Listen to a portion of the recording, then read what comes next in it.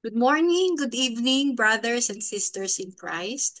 Ngayon po ay isang gabi na naman ng pagpapala, isang malaking biyaya na maibahagi sa atin ang salita ng Diyos para sa ating guidance and wisdom at application sa araw-araw nating pamumuhay.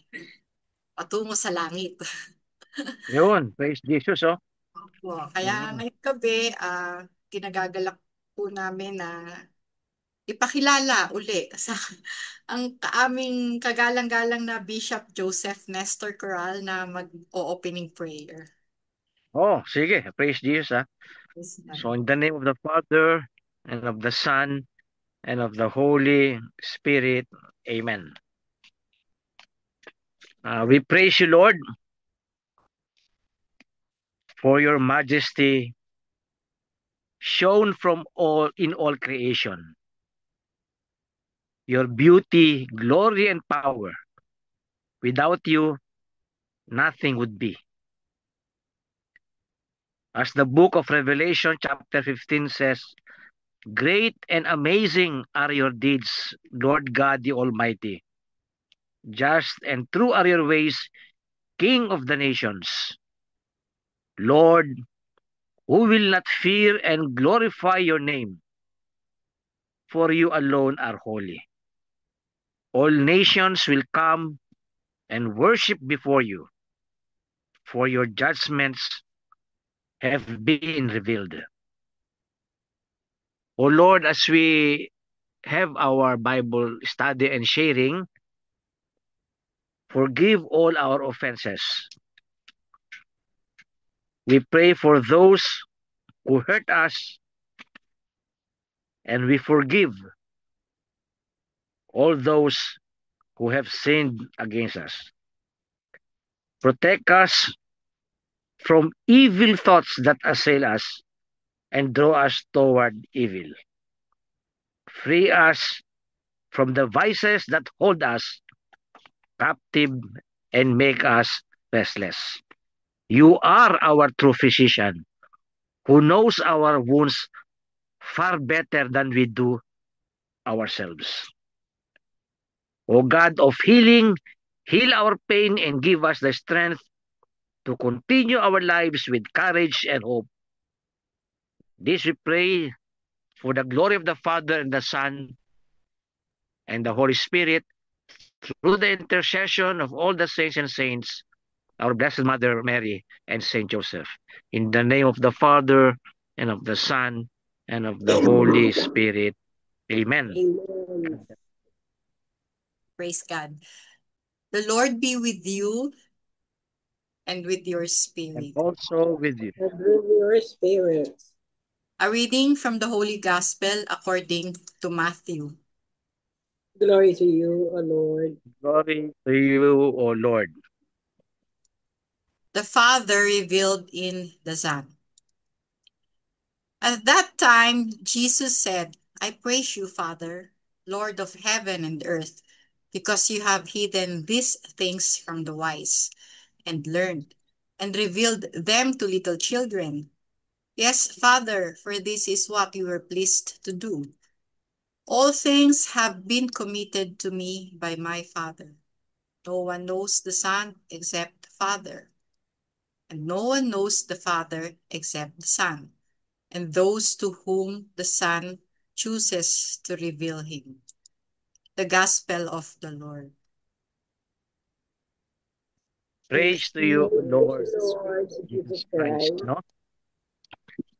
Ah, siguro maikli lang yung verses, no? 25 to 27, pero marami pong topics na pwedeng pagkuhanan sa verses na to. Siguro yung per verse siguro bigyan ko ng comment, tapos gusto ko po mag-zero in sa prayer. Yung relationship ni Jesus sa kanyang Father at ang gusto ni Jesus na makasama tayo sa relationship ng Father and Son with us. no? Ito yung malalim na paanyaya ni Jesus sa atin, no? Kasi sa gospel, maraming paanyaya si Lord, no? Come to me, all you are heavily burdened, and I will give you rest, no? Marami siyang paanyaya, marami siyang invitation. Pero itong invitation niya to have an intimate relationship with the Father and the Son. Ito po ang pinakamalalim na invitation niya, no? 'Di ba last time ang invitation niya I no longer call you servant but friends, no? Ayun po ang paanyaya niya, maging kaibigan niya tayo, no? Kaya ang request ng kaibigan hindi po natin ipinagkakait, no? Ito po ngayon, mamaya, gusto ko pong bigyang focus yung prayer life natin. Yung prayer life natin maging intimate, maging affectionate, maging transformative, maging habitual. Apat na katangian, no, na pwede nating makuha.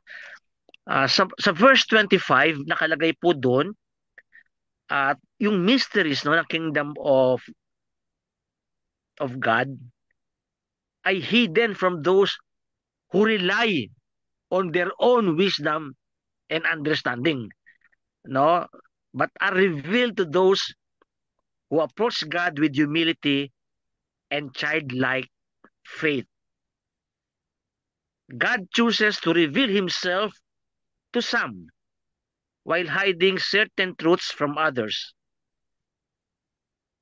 Divine revelation is not based on intellectual ability or social status, but on God's sovereign choice. Yung context po ng Matthew 25 na ito, na sinasabing mga matatalino, no? Mga learned, no? Na may mga wisdom, may understanding, nag-refer po to sa mga Jewish leaders, mga Pharisees, mga Sadducees, na sa tingin nila, alam nila i-interpret ang God's plan, ang God's will through the Mosaic Law. So, inilimit nila ang pangunawa nila sa Jewish law. Kaya, nung nagpapaliwanag si Jesus, nung nire-reveal niya ang sarili niya, nire-reveal niya yung Father, nire-reveal niya yung Holy Spirit, sarado na sila. Sarado na sila sa new revelation ni Jesus. Kasi, mga mga scholars na-limit sila sa interpretation ng God's will and plan sa Mosaic Law. Yung Mosaic Law, yan pa yung Genesis, Exodus, Leviticus, Numbers, tsaka Deuteronomy. Ang tawag po dyan ay the law. No? Kasi tatlo po yung pinapaniwala nila. The law, no, the prophets, and the writings. No? Pero ang pinakamahalaga po sa kanila yung law. Kaya doon po na-limit yan. Kaya mapansin nyo, halimbawa yung Gospel of last Sunday, yung The Good Samaritan. Marami po kayo makukuhang lesson doon. Pero dahil parable yun, ang parable po kasi isang point lang ang gusto niyang i-emphasize. Pero pag ang approach mo, allegory, parang katulad ng mga early Christians at church fathers, ang bawat detail ay binibigyan ng meaning. Halimbawa, yung victims ng robbers, tayo po yun, no? Parang bagsak na bagsak tayo sa kasalanan. At yung robbers, ayun po yung mga demonyo, no? From Jerusalem, ayan po yung original state of grace natin. Napunta tayo sa Jericho, no? Ayun po yung city of sin, downfall natin, no? At yung Samaritan ay si Jesus, at yung mga priests at yung mga Levites, ito yung mga limitado sa pag-unawa sa salita ng Diyos, no? Kaya ang message lang nung parable actually, isa lang, no? The law of mercy is the highest law of society. It is the highest law of everything. the law of mercy over human laws. No, kaya kahit na kaya ayun po yung compassion niya. Ngayon, ayun po yung point ng ng parable. Yung batas, Mosaic law. Pero dahil tayo, Christians tayo, bawat characters binibigyan natin ng meaning ayon sa Christian life natin. Ang tawag po diyan allegorical interpretation.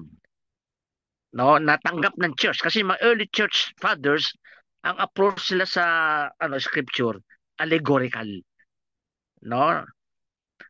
Dito yung verse 25 na ito, nire-refer ko rin po dito. Naka-focus ang mga Sadducees and Pharisees sa Jewish law. Kaya hindi na matanggap ang bagong revelation ng God, no? Dahil mga experts sila na wala na humility kasi alam na namin lahat eh. Alam na namin lahat, no? Tungkol sa Diyos, alam na namin lahat. Kaya sa mga taong bukas, no? Yung wala namang alam, no? Para mga pagano, walang alam tayo, mga from pagans tayo, no? Naging Christians. Naging bukas tayo, no? Sa mga revelation ng God sa atin, no? At yung revelation ng God, malalaman natin yan through scriptures, no? 2 Timothy 3:16, through sacred traditions, no? Lagi natin sinasabi, no?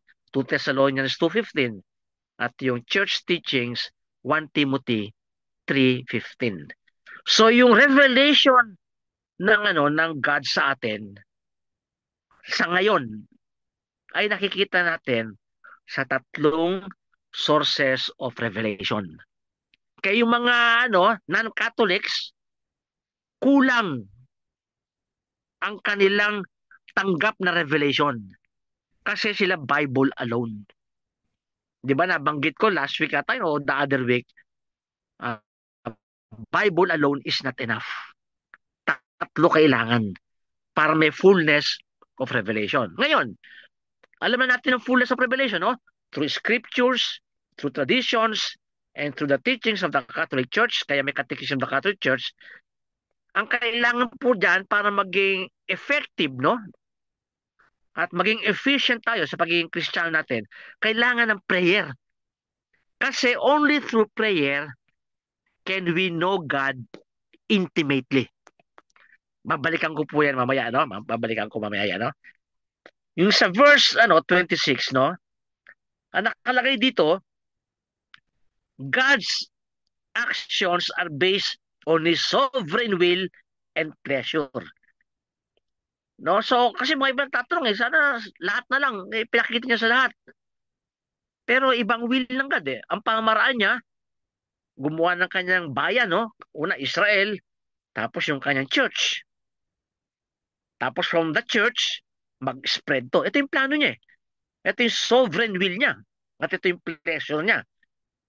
Kaya we have to accept that, no? Kasi if we don't accept the plan of God according to His will, sasabi tayo, gagawa tayo ng maraming sekta ayon sa ating unawa, no? Ganon. So, merong contrast dito sa worldly wisdom tsaka heavenly wisdom. Yung simplicity ng tao, nung childlike niya, na na lagi siyang dependent, no, sa Diyos, no? So, may worldly wisdom. Di ba? Magagaling sila mag-isip, no? Daming degrees. Worldly wisdom yun. Meron din tayo tinatawag na heavenly wisdom. Yung heavenly wisdom, ito yung ayon, no? Sa gusto ng Panginoon. Kaya ginagamit natin sa ating mga Bible study, Bible sharing, sa buhay Kristiyano, ay heavenly wisdom. Kasi yung worldly wisdom, sasali ka sa kalokohan nila. Sasali ka sa kasamaan nila. Halimbawa, pleasure. May worldly pleasure. O, alam niyo kung ano ibig sabihin ng worldly pleasure. Meron ding heavenly pleasure. Yung heavenly pleasure, ayan yung good relationships, ayan po yung friendship, ayan po yung fellowship among Christians, ayan po yung pag-aaral ng salita ng Diyos. Meron tayong pleasure dyan. Pagtanggap ng banal na communion. May heavenly pleasure yan. When we go to confession, for Jesus to forgive our sins, to heal our souls, to heal our memories, painful memories, pleasurable yan. Ayan po heavenly pleasure. Pero nahihila tayo lagi ng worldly pleasure. Yung sinful pleasure. Kaya dito pinapakita, may worldly wisdom. Meron ding heavenly wisdom. So we pray in our sharing tonight that we shall have heavenly wisdom. Kasi pag iba ang meron tayong heavenly wisdom, iba na ang mga joys natin. Masaya na tayo. Pag nagsisimba, pag nag-rosary, pag Divine Mercy Chaplet, may devotion kay Mama Mary, sa mga saints, sa mga angels. Iba na yung joy natin. No? Yung ginagawa natin, ano na, hindi worldly joy, kundi heavenly joy. No? Kaya, tong verses na to, maikli lang, no? 25, 26, 27, pero punong-puno ng ng laman para sa ating spiritual life. Kaya, Lord, give us heavenly wisdom. Lord, let our joy become heavenly joy. No, hindi na po worldly, no? Tapos, sa verse 27, nakalagay po ron, ito yung pinakamaganda, no? Yung unique relationship ng father sa son, unique relationship ng father at the son, at ng son at ng father. Na wala nakakaalam sa father kundi ang son, at wala nakakaalam sa son kundi ang father. And the will of the son to share this knowledge, this revelation to whom he wishes to share with. Kaya pasalamat tayo. Ako, punong-puno ako ng ligaya dito eh. Yan, dapat magkaroon tayo ng joy dyan. Kasi maraming tao, wala pa sa ganung kaya we will pray for them, for their conversion, for their love for God, that they may approach God again. Kasi dapat matuwa tayo rito eh. Na meron tayong special knowledge of the Father and the Son. Of course, with the Father and the Son, nandiyan yung Holy Spirit doon sa kanya revelation. Kaya nga yung mga saints, I'll give an example, si Saint Faustina, nung nagkaroon siya ng experience of the Blessed Trinity, sabi niya, lahat ng explanation ng Blessed Trinity, hindi ko nga naiintindihan eh. Pero nung pina-experience sa akin ng God, ang Blessed Trinity, instantly, naintindihan niya ang Blessed Trinity. Na-experience niya ang Father. Na-experience niya ang Son. Na-experience niya ang Holy Spirit. Kaya tayo naman naka-experience niya, no? Halimbawa kayo sa charismatic renewal, no? Sa natin, misa tayo, na-experience natin si Jesus. Like when we receive Jesus, the Eucharist, no? Palalimin pa to, palalimin, no? When we are humble and we are open, no? Papa-experience to sa atin. Kasi yung mga pinag-aaralan natin, head knowledge yan. Alam natin yan sa isipan. Kasi nag-aaral tayo ng Catechism of the Catholic Church. Nag-aaral tayo ng Bible. Alam natin yung mga tradition. No? Alam natin yan eh. At sa puso din dahil kaya gumagawa tayo ng mga devotion. Pero yung lagi natin madama ay yung po ay special grace na hingin natin. Kasi throughout the day, mag-isa lang kayo sa bahay, oh. O kasama niyo yung asawa nyo, o kasama niyo katulong nyo. Pero yung the whole day, katulad ng mga saints, na-experience nyo yung Father, Son, and Holy Spirit. No? Kaya, masarap ang buhay Kristiyano. Kasi na-experience mo ang Father, and Son, and Holy Spirit in your daily life. Kaya, Alive ka sa God, alive ka. Di ba may kanta sa charismatic? Alive, alive, alive forevermore. My Jesus is alive, alive forevermore. Naranasan mo yun. Kaya yung mga saints, when they pray, they enjoy praying. Kasi na-experience nila yung Father, Son, and Holy Spirit, no? Kaya, yung sa ano, yung access natin sa God is not earned through human effort or intellectual prowess, but through faith in God. Ayan po kaibahan ng Christian religion sa non-Christian religion. At tandaan niyo po, naipaliwanag natin noon yan, on Christian prayer, no? Kasi yung non-Christian religion, di ba, mga Buddhism, mga Muslim, yung mga Hinduism, human efforts yun to reach to God. Human efforts. Yung access nila, nag-try sila. Nag-yoga-yoga sila para maano na sang God. Lahat ginagawa nila. Human effort. Ang Christian prayer, ang Christian God, ay nag-uumpisa kay Jesus. Revealed yan hindi human effort, gift yan, grace. Ayan po pagkakaiba ng Christian God at saka non-Christian God. Sila may gumagawa ng effort. No? Tayo hindi. Yung Diyos mismo ang pumunta sa atin. No? Kaya it is grace. It is a gift. The best gift na binigay ng Ama sa atin ang kanyang anak. Kayo, ibibigay nyo ba yung anak nyo? Di ba hindi? Di ba? Kayo pa magkasakripisyo, di ba? Huwag lang yung anak nyo.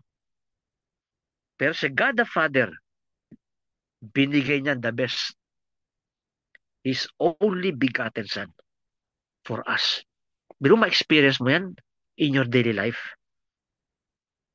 That God's loved me so much that He gave His only Son to save me, to give me eternal life, to live in me, to dwell in me, to be with me in my journey of life, and to be with Him forever.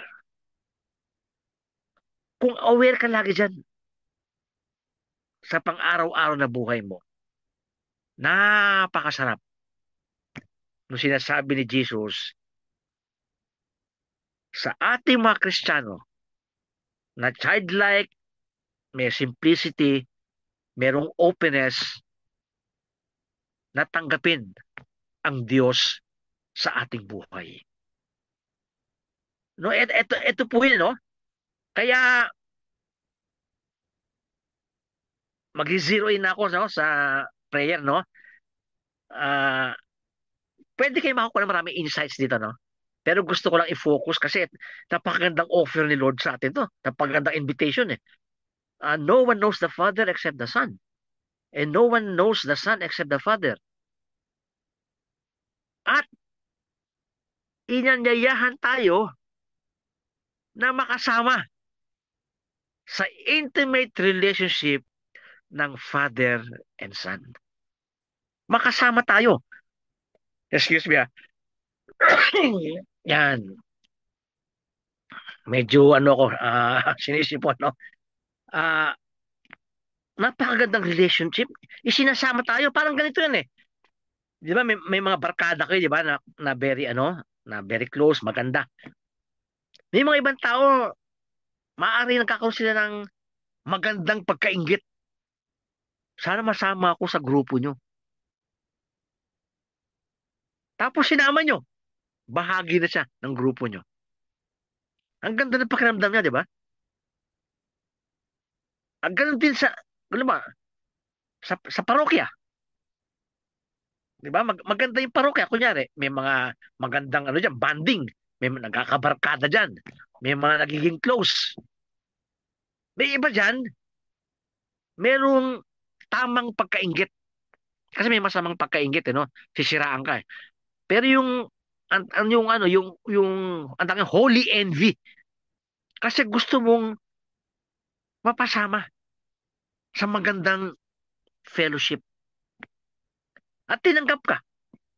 Napakasaya. Kasi bahagi ka na ng magandang fellowship. Ganon din dito. Iniimbitahan tayo na magkaroon ng fellowship with the Father, the Son, and the Holy Spirit. Kaya nga yung isang mahabang greeting sa misa kasi usually sa misa kasi sa beginning ng mass, 'di ba? The Lord be with you, no? Pero meron din isang greetings niya, no? The grace of our Lord Jesus Christ, the love of God, and the fellowship of the Holy Spirit be with you. Oh, nasa Bible yun, biblical yun, yung greetings na yun, no? Sa, sa ba yun? 2 Corinthians 13:13 ata yun. Isipin nyo, sa misa, parang baliwala na, parang, ay, kamusta? Nangyari. Pero hindi, napakahalaga nun. At the start of the Mass, ang greetings ng pari sa atin, the grace of our Lord Jesus Christ, the love of God, ayun yung God the Father, and the fellowship of the Holy Spirit be with you all. Ito yun. Imbitasyon. Eh, sagot lang natin, and with your spirit, and also with you. Pero kung ating iisipin, pag inilayan, ayun pala ang gusto ng ano. Lahat tayo kasi naghahangad ng magandang relasyon, eh. Relasyon sa mag-asawa, gusto natin. Relasyon sa magkakaibigan, gusto natin. Relasyon sa mga office mates natin, gusto natin maganda. Ito na pinakamaganda. Imbitasyon niya. The grace of our Lord Jesus Christ, the love of God, and the fellowship of the Holy Spirit be with you. Meron pa bang gaganda dyan? We become part, no?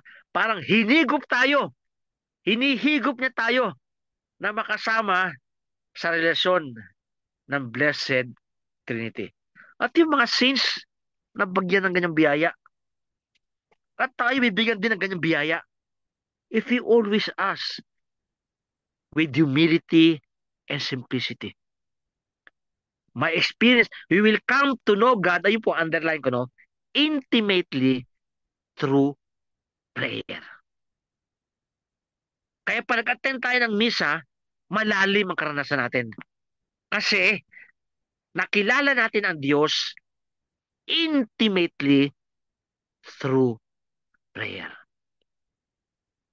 Kaya, di ba, sinabi natin, di ba, lagi natin sinasabi, ang purpose natin, di ba? No, di ba, original ang purpose natin, yung first week tungkol sa dogma, di ba? Dogma and doctrines ng church, di ba? Ayun rin eh. Second Sunday, second Wednesday, anong emphasis natin dyan? Spiritual formation. Yung ginagawa natin ngayon, itong topic na to, spiritual formation yan. Third, yung third Wednesday, ang focus natin, di ba, ano? Question and answer, di ba? Gagawin natin uli yan next Wednesday, no? Question and answer, no? Kasi 5 weeks, tapos ika-4, makishare ang mga membro. Ayun po yung naging program natin, no? At ano din tayo, by the grace of God, naka 4 years tayo, no? Baka tinatawag na rin tayo ni Lord kung ready na tayo. Bawat isa, meron na kanya-kanya ministry, no? No? Naging instrument lang ito. Pero in the end, magiging kanya-kanya na yan, no? Dahil ang bawat isa, na-empower na ni Jesus, no? Kaya, ayun po ang gusto ko ma-emphasize sa inyo, no? Pwede po kayo sumingit, no? Kung gusto nyo, no? Sa share na, no? Kasi binibigyan ko ng focus lang yung prayer, no? So, sa prayer na to, ang tanong natin, how are we to love God? Para maging intimate. Yung experience natin, sinasabi sa atin, we cannot truly love if we do not know. Mahirap mahalin ang hindi mo kilala. Kahit sa human relationship, di ba? Hindi mo pwedeng mahalin yan, hindi mo kilala eh. Pero pag kilala mo yan, mahal mo yan. At sino yan? Anak ko yan. Sino yan? Asawa ko yan. Sino yan? Matali kong kaibigan yan. Kasi kilala mo eh. No? So, it is also impossible to love God without knowing Him. Ngayon, knowing God, nasabi natin, through three sources of revelation, di ba? The Bible, sacred tradition, and the teachings of the Catholic Church. Ayun po yung knowledge natin. No? Pero, para maging intimate, para talagang maging matalik ang pagkakilala mo sa Diyos at ang pagkakilala ng Diyos sa atin dahil may ugnayan tayo sa Kanya, we have to know God. And we come to know God intimately through prayer. Kaya yung mga devotions natin, dapat nakafocus siya sa intimate relationship natin with God.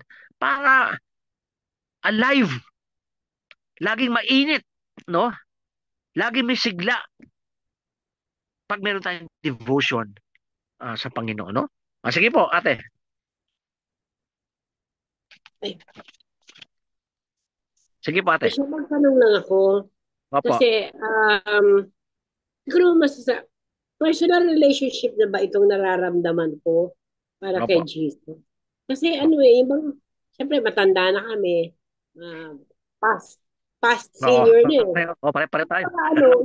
Yung focus mo na sa prayers na actually nga eh, hindi na nagiging prayers, puro thanksgiving na lang ba? Di ba dati kasi di ba acts, yung adoration. Opo. Pero ngayon parang nandun na ako sa point na wala na akong ma-request, kundi magpasalamat na lang na magpasalamat. Pinag-pray ko ibang tao. Oo. Tama po yan. Human effort ba yun, Father? Ay, Bishop? Personal relationship yun. Hindi po, personal relationship yun na yan. Kasi yung relationship, kaya yung kaya naging masaya tayo throughout the day. No, kaya itong Wednesday natin, dahil nasa spiritual formation tayo, no? Isa sa mga purposes kung bakit nagkaroon tayo ng Christ Family Prayer Group, no? Ang focus natin to spiritual formation.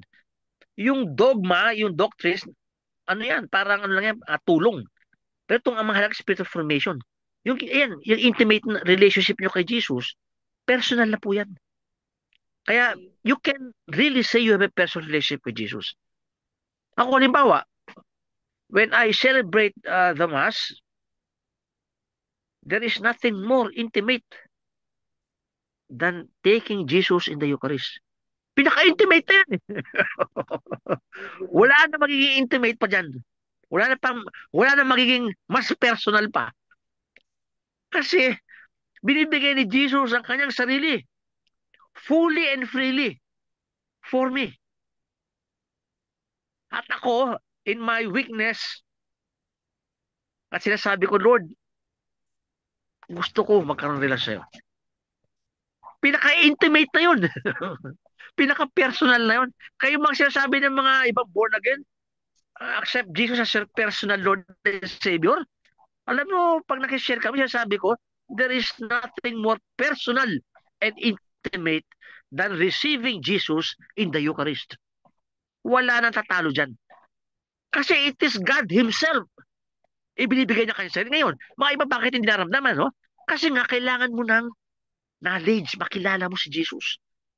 No, kaya ito yung pag-aaral natin kung bakit tayo meron. Pero kayo, alam niyo na po ito, no? Parang parang review, no? Alam niyo na po ito. Pero kaya may mga recollections, may mga retreats. Parang ano po yan, alam niyo sa motor? No, parang sususiya mo ulit, parang jump start. Pampainit, no? O, kumbaga, yung mga nasa Europe, no? Pag malamig, pag winter, pupunta sa fireplace, no? Nagpapainit, no? O kung di masyado malamig, no? Bubuksan mo yung heater. Pampainit, no? Kaya itong mga talks na to, alam nyo na, pero narinig nyo uli ngayon, nagpapainit uli. Ito yung halaga kung bakit weekly. Kaya nga nagreklamo si St. Paul, no?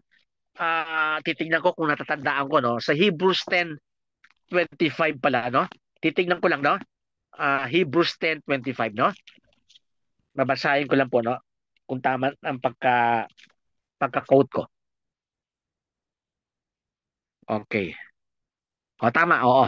Hebrews 10:25. Ano sabi ni St. Paul? Gawin ko na siguro sa sa 24 hanggang 25, no? Let us be concerned for one another, to help one another, to show love, and to do good. No? Kaya ito yung letter to the Hebrews, no? Letter to the Hebrews, no? Maging concerned tayo sa bawat isa. Tulungan ang bawat isa para maipakita natin ang ating pagmamahal at gumawa tayo ng kabutihan. Verse 24 yun. Ngayon, paano mapapakita yan? Isang paraan. Sinabi ng letter to the Hebrews, no? Ito ni verse 25, no? Let us not give up the habit of meeting together. Ayun po yung mahalaga. Sabi ng letter to the Hebrews. Let us not give up the habit of meeting together, as some are doing. Yung mga iba, wala na. Noong una, mainit sila. Weekly, pupunta sumasama. Tapos wala na. Nag-refer to lalo sa misa. Mga iba, umaattend sa misa weekly. Tapos pamisa-misa na lang. Mga iba, nagkakaroon devotion, rosary, divine mercy chaplet, once a week. Tapos wala na. Mga iba nag-Bible study, nag-Bible sharing. Tapos wala na. Nanlalamig. Kaya sinabi niya ng letter to the Hebrews, let us not give up the habit. Maging habit na. Halimbawa, pag Wednesday, habit ko na ma-meet kayo. Habit na. Di ba? Lahat tayo may habit, di ba? May kanya-kanya tayong habit eh. May habit tayo pagkagising, magkakape. May habit tayo eh. Bago mag-breakfast, makikinig ng music. Mga ibang habit, pagkagising, tingin agad sa cellphone. May habit tayo.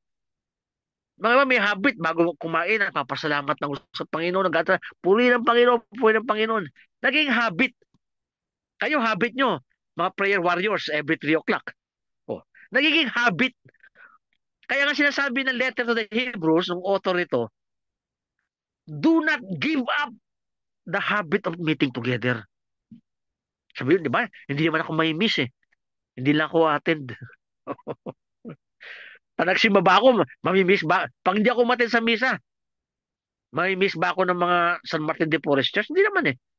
Umattend ako, hindi mo ako mamimiss eh. Kaya hindi na ako ng habit. Pero kung meron kayong fellowship na, nung intimate relationship na, mamimiss mo yung fellowship, yung pagtutulungan nyo, paggawa nyo ng kabutihan sa bawat isa, at yung pagmamahal nyo, no? Sinabi rito, no? Instead, ito na, sabi ni, tong author na to, let us encourage one another all the more. We keep on encouraging all the more. Kasi may mga panahon nanghihina tayo. May mga panahon malungkot tayo. May panahon may depressed tayo. May Panginoon masyado tayong stress sa buhay. Maraming problema. No? Pero sinabi to, let us encourage one another all the more. Pag-ibayuhin pa. Ang lalamig, encourage. Na-stress, encourage. Nalungkot, encourage. Since you see that the day of the Lord is coming nearer. O darating na si Jesus eh. Araw-araw, palapit ng pagdating ni Jesus. Araw-araw yan eh. Minsan tinatanong ako eh, Pader, darating na ba si Jesus? Oo, sabi ko. Kailan? Palapit. Araw-araw. Lumalapit ang pagdating ni Jesus. Hindi siya dumating ngayon sa second coming niya. Bukas ulit. Malapit na. Oh. Hindi siya dumating bukas. Hindi ka na bukas ulit. Palapit, no? Siguro maganda mag-reflect mo kayo, no? Sa Hebrews 10, verses 24 to 25, no? So, Our love of God, no? Parang sinasabi ko rito, our love of God is connected to our life of prayer. May koneksyon ang pagmamahal natin sa Diyos at sa ating pagdarasal. If we pray much, we love much. If we pray little, we love little. Ulitin ko po yun, ha? Our love of God is connected to our life of prayer. If we pray much, we love much. If we pray little, we love little. Ayan po ang koneksyon para ating relationship with the Father, the Son, and the Holy Spirit ay maging intimate, affective, habitual, at transformative. Ibig sabihin, nababago tayo. No, yun sinabi ng letter to Hebrews, no? Nung author, no? No, make it habitual. In your coming together, maging habitual. And all the more, encourage one another.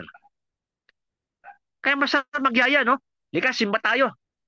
Lika, mag-grocery tayo. Lika, mag-Divine Mercy Chaplet tayo. Lika, mag-Bible study tayo. Lika, mag-Bible sharing tayo. We keep on encouraging one another. No? Pero mga iba nag-give up na eh. Sabi ng letter of Hebrews, don't give up the habit of meeting. No? Kaya maganda to mangyari to, no?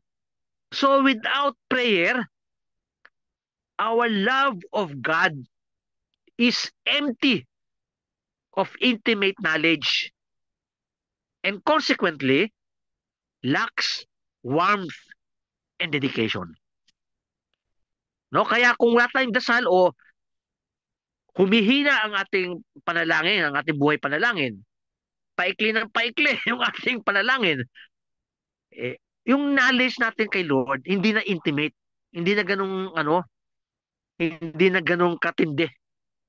No, nawawala ng apoy nawawala ng init. At ang mangyayari niyan, wala nang dedication. Kasi iba yung dedication, no? Yung dedication becomes a habit. Yung prayer ko becomes a habit No? Ayun ang ko, prayer life ko, no? Dahil matanda na rin ako, parang si Ate Emily, no? Pagkagising ko yan, papakinggan ko minsan yung YouTube, no? Yung rosary, no? So, umiikot na yung prayer na yun, no? Tapos, nagdadasal na ako ng Psalms, prayer yun. Tapos, may breakfast na ako. Kapasalamat ako kay Lord. Tapos kung naman akong gagawin, magpapahinga ako, diba sakit ang malikod ko. O nag-pray ako, nakahiga ako. O nag-aaral ulit ako ng titignan ko yung mga komentary sa Bible, no? Huwag niyo isipin na ako hindi na ako nag-aaral ng scripture. Hanggang ngayon nag-aaral ako ng scripture. At habang pinag-aaralan ko, kahit na alam ko na, lumalalim ang insights ko. At nag-benefit ako spiritually. No, kaya yung Kristiyano o pare, pero pare lagi siya may divine liturgy, lagi may Bible yun eh. Kaya laging buhay yung kanyang Kaya patuloy pag-aaral ko ng Bible. At kung ano yung ibibigay ko sa tao, kung ano yung kailangan nila. Kasi marami kang topic dito eh. Maraming topics. Pero mari, nung time na yun, ito yung kailangan niya. Ayun na ibigay mo. Kung di may impatyo. O ayaw niya, tanggapin dahil hindi niya pangailangan yun eh. Kunyari, malungkot yung tao. Tapos talakayin mo yung Blessed Trinity. Di ba? Ano, anong, anong pakialam ng Blessed Trinity sa aking kalungkutan? Huwag lang mo, no? The joy of the Father, the Son, of the Holy Spirit. Sinabi ni Joy ni Jesus, I gave you my joy so that my joy may be complete. So yung doktrina, na i-apply mo sa pangailangan ng taong yun. Dahil kulang siya ng joy sa life eh. May iba kulang happiness eh. Tinatanong pa, paano maging masaya? Sabi ko, simple lang sa Bible na paano magmasaya. Paano? The will of God makes us happy. If we are in the will of God and we are doing the will of God, we will be happy. Kahit mahirap yang gawin, we will be happy because it is the will of God. Happiness consists in knowing and doing the will of God. Halimbawa, anong will of God ngayon sa akin? Ang will of God sa akin ngayon, mag-share sa inyo. Ang will of God sa inyo ngayon, ano? Makinig at mag-share din. Ayun ang will of God ngayon. Mamaya, anong will ng God sa akin? O, kakain ako. Ayun ang will ng God sa akin, kumain ako mamaya. Pagkakain ko mamaya, anong next na will of God? O, magdadasal na ako. Evening prayers ko, ayun ang will ng God sa akin. Tapos, mag-grocery ako, papakinggan ko ng YouTube. O. Tapos, anong will ng God sa akin pagkatapos nun? Ang will ng God sa akin, matulog na ako. Ayun ang will ng God sa akin eh. Mamaya, pagkagising ko sa umaga, anong will ng God? Magdasal uli ako. Kung wala man akong appointments, di aral uli ng Bible. Mag-review uli. O gumawa ng mga write-ups. Kasi ano na eh, pinapakita sa akin ni Lord, matanda na ako, no? No, magsi-69 na ako. Kaya yung aking effectivity sa pagkasalita, sa pagpunta sa mga lugar, ay mababawasan at mawala. Pero yung paggawa ko ng mga pamphlet, hanggang malakas pa ako gawa na ako. Ay, hindi sinasabi ko kay Bishop Lito. Yung mga sinusulat niya at sinishare niya sa Facebook, maganda yon. Pero mawala din yon sa kaisipan tao. Sabi ko sa kanya, pinakita ko sa kanya, gawin niyang pamphlet. At yung pamphlet na yun, mga ilang pages lang, pwedeng 4 pages o sa mga sinishare niya, minsan 2 pages lang yun eh. O parang isang ano lang, isang ganito, isang page, no? Ginanya mo lang. O. Tapos ilagay mo sa likod ng simbahan ng San Martin de Porres Church. May makakita, magbabasa nun. Lalalim ang kanilang pananampalataya. Ayun ang will ng God. Dahil pari ka eh. Dahil obispo ka. Patuloy ka magtuturo sa lahat ng pamamaraan. Yung ginagawa natin ngayon through social media, through digital technology. Pwede rin yung pamphlet po may 65 cents lang pag print yan eh sa UP. 65 cents. Kaya itong isang pamphlet na to na 42 pages, times 65 cents lang to eh. Tapos pag sinare ko sa iba, ni-reprint nila para mag-share sila sa community. Yung mga may kaya, pag nakita na, ano may tutulong ko, Bishop? Ano sabihin ko? I-reprint nyo. Punta ka sa UP, 65 cents lang. Pakopya kayo ng 50 copies. Tapos ibigay nyo sa mga taong, kasi may ginagawa akong Tagalog eh, na hindi nakakaintindi ng English. Ibigay nyo. Halimbawa, may sinulat ako yung tungkol sa pagmamahal ng Diyos Ama. Ilang pages lang. Yung pamphlet na yung halaga lang eh, 9 pesos isang pamphlet. May isa akong na-meet sa kaya rin Bishop Tito to, no, sa Panay Avenue. Paano ko ito matulungan, Bishop? Sabi ko, i-reprint mo. Gumawa sa 50 copies tungkol sa pagmamahal ng Diyos Ama. May biblical basis yun.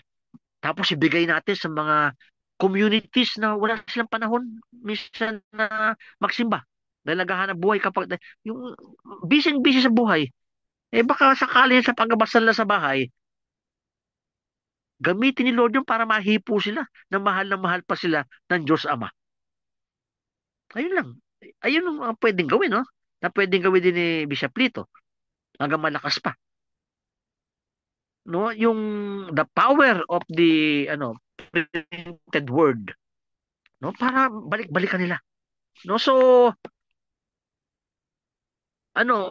kaya our love of God is empty of intimate knowledge kung walang no, panalangin, no? At ang ebanghelyo pinapakita si Jesus na lagi nagdarasal. Tingnan niyo yung gospel.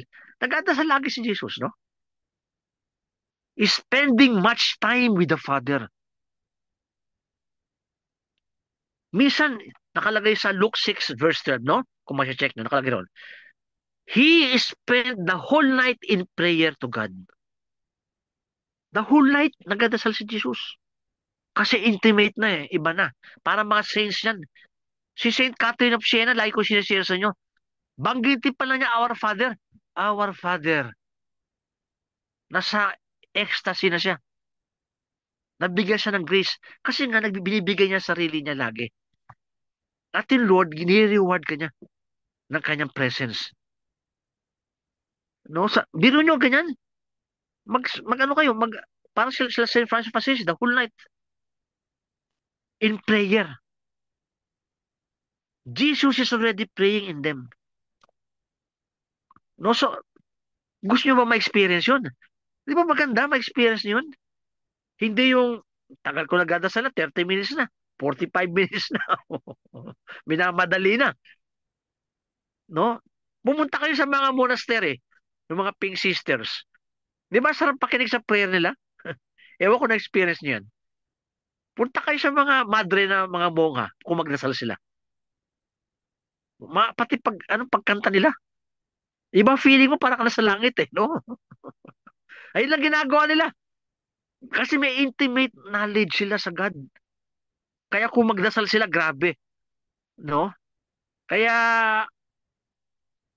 wala tayong time, no? Next time siguro, lawakan pa natin, no? Pero, ano po, no? Kaya prayer is for everybody. Para sa ating lahat to. Hindi ako expert sa prayer. Wala sa ating expert sa prayer. Lahat tayo dependent sa prayer, sa Holy Spirit, no? Kaya, para sa lahat to, no? It is as simple as turning to God naturally when we are in need. Di ba na-share ko sa inyo, short prayer ni St. Peter? Ano short prayer ni St. Peter? Pinalulunod siya. Lord, help me. Short prayer. Kayo din ganun. Lord, malungkot ako eh. Lord, depressed ako. Prayer na yun. Mas may kinakausap ka. Lord, hindi ko alam kung nandiyan ako, nakikinig ka sa akin eh. Prayer na yun. Pag tinatanong sa akin, Father, paano magdasal? First step, kung hindi ka man magdasal, sabi mo, Lord, hindi ako man magdasal. Prayer na yun. Kasi kasi ang ating prayer, di ba, of course maganda kung maganda yung mga prayers, mga psalms, no? Pero yung, simple yung prayer. No? Lord, di ako man magdasal eh. Tulungan mo ako. Lord, dry ako magdasal sa'yo eh. Lord, wala akong gana magdasal. Prayer na yun. Prayer na yun, no? Yung ate ko nag-test kanina. Eh, masama yung ano sa kanya ng MRI, yung kanyang ano, hip replacement, no? Sabi mo kay Jesus, Jesus, may problema ako sa bones ko. Ako, isang sharing ko sa inyo, miracle, no? Ni Lord, no? Nung last Sunday, hinatid ko yung brother ko sa MRT. Natisod ako sa hagdanan. Grabe. Sabi ng brother ko, kung bumagsak ka, basag ang ano, ulo mo ron o yung mukha mo. So, habang pabagsak ako, panay ang ano ko, steps para wag ako umano. Tapos sa ano ng MRT sa Cubao, merong glass na merong gwardiya ron, no? By miracle, na-stop ako bago ako tumama sa glass. Pinakita sa akin, Lord, that's how I will protect you. I send my angel before you. Kasi prayer ko yan sa mga matanda. Sabihin nyo, Jesus, may edad na ako. Mahina na ako kumilos. Mahina na paningin ko. Pag naglalakad ako, minsan papuntang grocery, bumabagsak na ako. Nung nadadapa ba ako? Oh. Kaya sabi ko, yun ang prayer ko kay Jesus. Sa mga matanda, sinasabi ko rin yun. No, yung ate ko, naglakad siya, papuntang toilet eh. Bumaksak siya. Bumagsak. Hematoma yung buong mukha niya. Kasi ganyan po tayo pag matanda na. Wala na control. Kaya yung prayer yun, the whole night, the whole day. Bo, Ate Emily, masakit po yung mga hips ko. Hirap ako maglakad, Jesus. Tulungan mo ko. Jesus will strengthen you and comfort you in your situation. Ganun po yan. So, ano man ang sitwasyon, prayer yun. Lagi mo sinasabi kay Jesus. Halimbawa ako, meron ako yung GERD, yung heartburn, no? Sabi ko, Jesus, opo, sakit take ako ng medicine, no? Sabi ko, Jesus, minsan pagising ko, parang dito, ang sakit dito. Sabi ko kay Jesus yun. Nagagamot ako pa, sabi ko kay Jesus. Ano? So, uh, namamagain pa ako. Jesus, namamagaan pa ako. Nag-take ako ng medicine. Pero namamaga. So, bibigyan ako Jesus ng strength at ng comfort. Lalo sa mga tayong mga may edad na, no? Kayo, mga nagkatrabaho pa, no? Jesus, bigyan mo kami ng lakas para sa pagkatrabaho pa. Jesus, very stressful ang trabaho ko. Jesus, ang dami ko nakakaaway dahil sa trabaho ko. O kung hindi, sa kapitbahay mo, Jesus, sa kapitbahay ko. Bawa, may tumatawag sa akin kasi kakilala ko siya nag-aalaga sa kanyang, sige, 1 minute na lang, no? Nag-aalaga sa mother niya. Minsan, dahil mother niya may Alzheimer, napapasigaw siya. Inireklamo siya ng kapitbahay sa may-ari. Sabi na may-ari, isa pa, papalayasin na kita. Ano? Sabi mo, Jesus, nawalan ako ng patience sa pag-aalaga sa nanay ko. Jesus, napapasigaw ako. No? Pati kapitbahay ko, nainggit sa akin, kaunting bagay lang yun. Isinumbong ako sa may-ari. Sabi mo kay Jesus lahat yan. That is already prayer. Parang sinasabi ko sa inyo, pag may mga bawat bagay, o masaya ka. O halimbawa, nag-gather kayo sa inyong mga reunion. Thank you, Jesus, ang saya ko. Jesus, ang saya ko, buhay pa yung mga ibang classmates ko. Jesus, nakalabas pa ako, thank you. Jesus, nakakain ako sa labas, thank you. Ito ang maraming ways, no? Kaya, pasalamat tayo lahat na kay Lord, no? Na ang ganda na, daw na tayong time. O halimbawa, si Brother John, no? Jesus, may sakit ako. Tulungan mo ko. Ganun lahat, lahat. Prayer na po yung prayer. Ang mahalaga, maging intimate. Ayun ang pinaka-purpose ko nito. Sa Bible verse na to, maging intimate, maging affectionate, maging habitual, maging transformative ang relasyon natin sa Diyos Ama, sa Diyos Anak, at sa Diyos Espiritu. Sinabi ni St. Paul, the grace of our Lord Jesus Christ, the love of God, and the fellowship of the Holy Spirit be with you and also with you. Lord, itinataas ko po si Sister Carmina, Karina, Sister Emily, si Sister Min, si Sister Jessica, Sister Vicky, Sister Emma, si Brother John, si Brother Egay, si Brother Aldrin, si Bishop Lito, si Brother Alvin. At lahat po ng members ng Christ Family Prayer Group, community ni Brother Aldrin, naka Sister Karina, ng San Matindi Forest Church, ang lahat po nakakasama namin sa aming bahay. Kasihan mo ang bawat isa sa amin.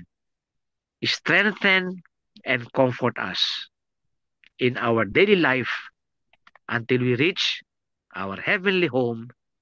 This we pray in Jesus' name. Amen. The Lord be with you and with your spirit. May Almighty God bless you with every blessing of heaven and earth in the name of the Father and of the Son and of the Holy Spirit. Amen. Amen. God bless po. God bless, ha? Yes, God bless. Thank you po. Praise Jesus, ha? Oo, God bless. Yung tanong nyo, mag-isip na po kayo para next Wednesday, nasa question and answer tayo, no? Para, kung may mga, para malaman din natin kung anong level na tayo. Kasi dati nagkaroon tayo ng question and answer weekly, no, once a month eh. Ngayon, ibalik natin, isa siguro, para malaman natin kung ano yung antas na ng ating spiritual development, no? Ganun pa. Sige po, God bless po, ha? God bless, ha? Yes, Okay. everyone. Sige, Father, Son, and Spirit. Amen. Thank you. God bless.